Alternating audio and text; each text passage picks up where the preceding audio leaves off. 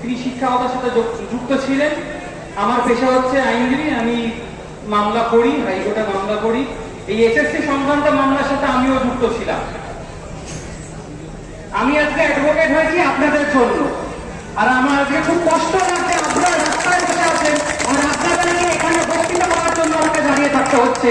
এই শিক্ষা আমি পাইনি, এই শিক্ষা আমি জানতাম না পশ্চিমবঙ্গে এই শিক্ষা কতদিন ছিল। আমার বাবা মাও এই শিক্ষা দেয়নি, আমি যে স্কুল থেকে শিক্ষাকতা পেয়েছি সেই শিক্ষাটা আমি এখানে পাইনি।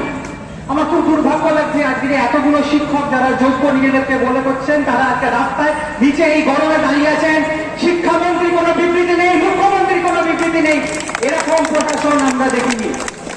কালকে আমরা দেখতে পারলাম পুলিশ লাঠিচার্জ করেছেন, বেশ করেছেন, আপনারা লাঠিচার্জ করেছেন, আপনারা পুলিশ ইন অ্যাকশনের নাম শুনেছেন, আপনারা পুলিশ ওভার অ্যাকশনের নামটাও শুনে রাখুন।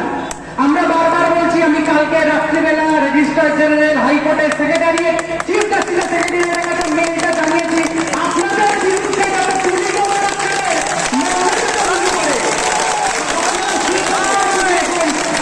নিজেদের বাড়িতে গিয়ে খোঁজ নিন, আপনাদের দিদি, আপনাদের বোন, আপনাদের কেউ ভাই বোনেরা এইখানে নেই তো?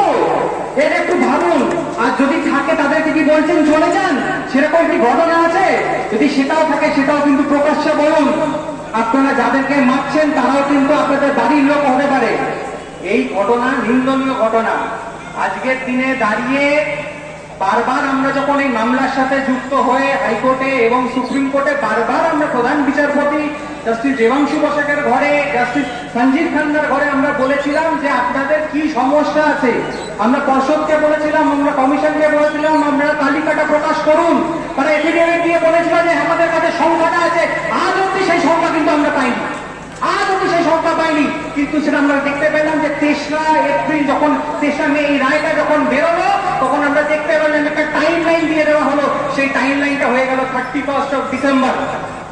আমরা আজকের দিন অব্দি জানি না এটা কোথায় গিয়ে দাঁড়াবে। কিন্তু আমরা বারবার বলছি, আমি এই মঞ্চ থেকে বলে যাচ্ছি, আপনারা যোগ্য, আমি আপনাদের পাশে আছি, অন্যান্য আইনজীবী সমাজ আপনাদের পাশে আছে।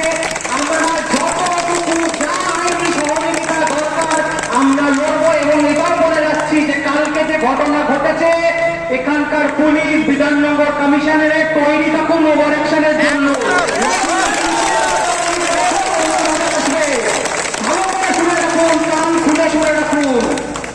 যে লাঠিটা মেরেছেন পরবর্তীকালে সেই থাপ্পড়টাও কিন্তু বিচারপতির হাত থেকে আপনারা পাবেন।